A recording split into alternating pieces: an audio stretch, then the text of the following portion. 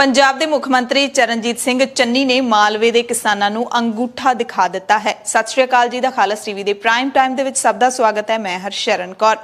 दिल दी बरूहां ते संघर्ष कर रहे किसानों के हक दे विच हां दा नारा मारन वाले पंजाब के मुख मंत्री चरणजीत सिंह चन्नी मालवे के किसानों को वड्डा झटका देने की तैयारी दे विच ने, क्योंकि सरकार ने 4 जिलों के पटवारियों के वलों नरमे नूं पहुंचे नुकसान की तैयार की रिपोर्ट नूं मुड़ तो नकार दिता है, जिहदे नाल 5 लाख एकड़ फसल के मालक किसान मुआवजा लैण तो वांझे रह जाणगे। पंजाब सरकार दे वल्लों इन्हां 4 जिलों दे विच सिर्फ 2.25 लाख एकड़ का मुआवजा ही दिता जाएगा। सरकार ने दरअसल पटवारियों की रिपोर्ट नूं नकार के लांभे रख के रिमोट सेंसर मैपिंग के मुताबिक जिहड़ी तैयार की रिपोर्ट है उसनूं ही आधार मान के मुआवजा देने का मन बना लिया है, जिसका ऐलान अगले दिन ही कर दिता जाएगा। वार वार चन्नी सरकार के वल्लों दावा किया जाता है कि दिवाली तो पहला असीं किसानां नूं मुआवजा दे देवांगे। नरमा पट्टी वाले किसानां नूं कपाह पट्टी के 4 जिलों के पटवारियों ने सरकार नूं जिहड़ी रिपोर्ट सौंपी सी उहदे विच 7,53,000 के लगभग एकड़ की फसल खराब होने की जानकारी पटवारियों ने दिती सी, पर सरकार ने रिमोट सेंसर मैपिंग की रिपोर्ट नूं ही सही मन्निया है, जिसके मुताबिक सिर्फ 2,24,000 एकड़ नूं ही मुआवजा दिता जाना चाहिए, यानी कि बाकी जिहड़ी फसल है खराब ही नहीं हुई। पटवारियों की रिपोर्ट 7,53,000 की है ते इहदे हिसाब नाल हुण जे सरकार जिहड़ी रिमोट सेंसर मैपिंग के हिसाब नाल तैयार की रिपोर्ट है उहदे नाल हुण 5 लाख एकड़ तो वध किसानां नूं मुआवजा ही नहीं मिलेगा। सोच सकते हो कि किन्ना वड्डा झटका मालवे दे किसानां नूं लगण वाला है। नरमा पट्टी दे बठिंडा, मानसा, फाजिलका ते मुक्तसर जिले की लगभग सारी नरमे की जिहड़ी फसल है, कपाह की फसल है, वह गुलाबी सुंडी खा गई है।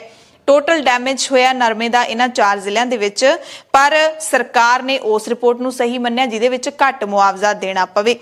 मुख मंत्री चरणजीत सिंह चन्नी उस वक्त जदों मुख मंत्री बने सी पंजाब दे तां थोड़े दिनां बाद ही ओह इस इलाके दे विच गए सी, दौरा कीता सी ते दावा कीता सी कि मुआवजा देवांगे, तुरंत गिरदौरी कराउण दा ऐलान कीता सी।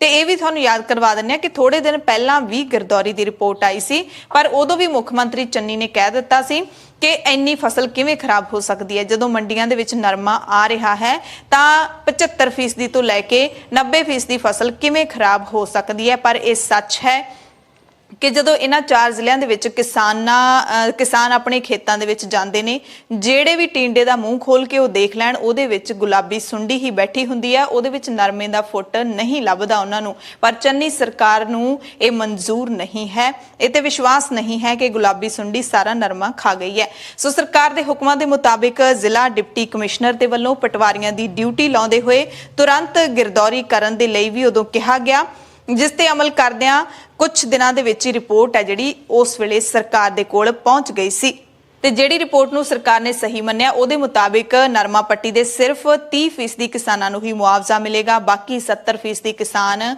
किवें अपना गुजारा करनगे ये तां हुण चन्नी सरकार ही जाणदी है, जां फिर वो किसान जाणदे ने किवें उन्हां ने गुजारा करना है। पटवारियों के वलों भेजी रिपोर्ट के मुताबिक जे सरकार मुआवजा दिंदी है तो यदी रकम 634 करोड़ रुपये बनेगी, पर क्योंकि सरकार 5,26,000 एकड़ नूं मुआवजे की लिस्ट विचों मनफी कर रही है, कढ़ रही है, तो यह रकम बड़ी ही निगूणी रह जाती है। हुण तुसीं सोचो कि 634 करोड़ किन्ने क बनते ने। 634 करोड़ पंजाब के खजाने दे विचों एक तिणके जिन्नी रकम हैगी है जिहड़ी किसानां नूं दित्ती जानी है। पिछले दिनी मुख मंत्री चरणजीत सिंह चन्नी ने बड़े ऐलान कीते ने, उन्होंने बिजली के बिल माफ करने के ऐलान किए ने, पानी के बिल माफ करने के ऐलान किए ने, ते उन्हां ऐलानां दे नालों भी छोटी जी रकम है 634 करोड़। इहदे विचों भी बहुत घट रकम है जिहड़ी ओह किसानां नूं दित्ती जावेगी। ते एक वड्डा झटका यह भी है कि सरकार हाल की घड़ी 12,000 रुपये प्रति एकड़ के हिसाब नाल ही मुआवजा देवेगी। 16,000 रुपये प्रति एकड़ करन तो भी सरकार मुक्कर गई है।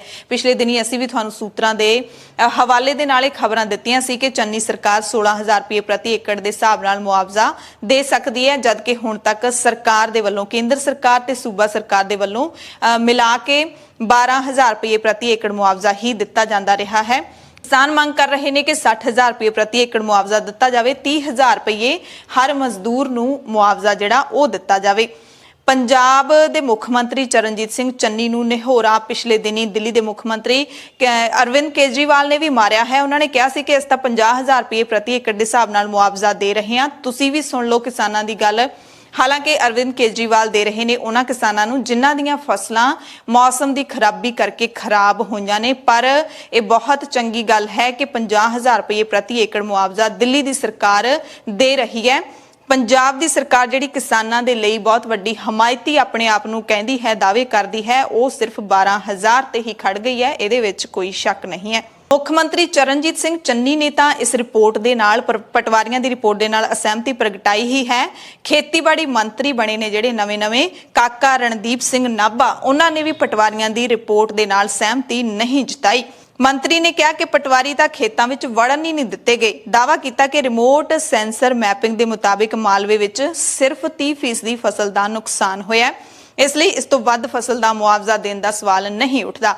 ਅਸੀਂ ਜ਼ਰੂਰ ਅਪੀਲ ਕਰਾਂਗੇ ਅੰਨਦਾਤਾ ਦੇ ਹੱਕ ਦੇ ਵਿੱਚ ਸਰਕਾਰ ਨੂੰ ਕਿ ਇੱਕ ਵਾਰੀ ਜਾ ਕੇ ਕੱਲੇ ਕਿਸਾਨ ਦੇ ਖੇਤ ਵਿੱਚ ਜੇ ਤੁਸੀਂ ਜਾ ਕੇ ਦੇਖੋਗੇ ਫਿਰ ਸ਼ਾਇਦ ਤੁਹਾਨੂੰ ਯਕੀਨ ਹੋ ਜਾਵੇ ਕਿ ਕਿਸਾਨ ਪੂਰੀ ਤਰ੍ਹਾਂ ਦੇ ਨਾਲ ਬਰਬਾਦ ਹੈ। ਕਿਸਾਨਾਂ ਦੇ ਕੋਲ ਜਿਹੜਾ ਨਰਮਾ ਬਚਿਆ ਹੈ ਉਹ ਕੋਈ ਵਿਰਲਾ ਟਾਵਾਂ ਟਿੰਡਾ ਜਿਹੜਾ ਉਹੀ ਖਿੜਿਆ ਹੋਇਆ ਤੇ ਉਹਨੂੰ ਚੁਗਣ ਲਈ ਮਜ਼ਦੂਰ ਵੀ ਨਹੀਂ ਮਿਲ ਰਹੇ। ਇਸ ਕਦਰ ਹਾਲਾਤ ਨੇ ਜਿਹੜੇ ਉੱਥੇ ਮਾੜੇ ਹੋਏ ਨੇ।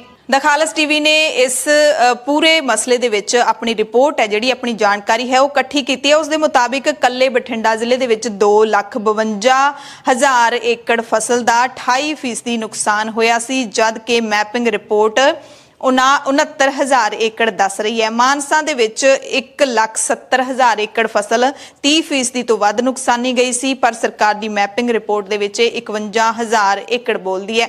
ਸ੍ਰੀ ਮੁਕਤਸਰ ਸਾਹਿਬ ਦੇ ਵਿੱਚ ਮੈਪਿੰਗ ਰਿਪੋਰਟ ਮੁਤਾਬਿਕ 52,000 ਏਕੜ ਫਸਲ ਨੁਕਸਾਨੀ ਗਈ ਸੀ, ਜਦਕਿ ਪਟਵਾਰੀਆਂ ਦੀ ਰਿਪੋਰਟ ਦੇ ਮੁਤਾਬਿਕ ਰਕਬਾ 1,69,000 ਏਕੜ ਬਣਦਾ ਹੈ।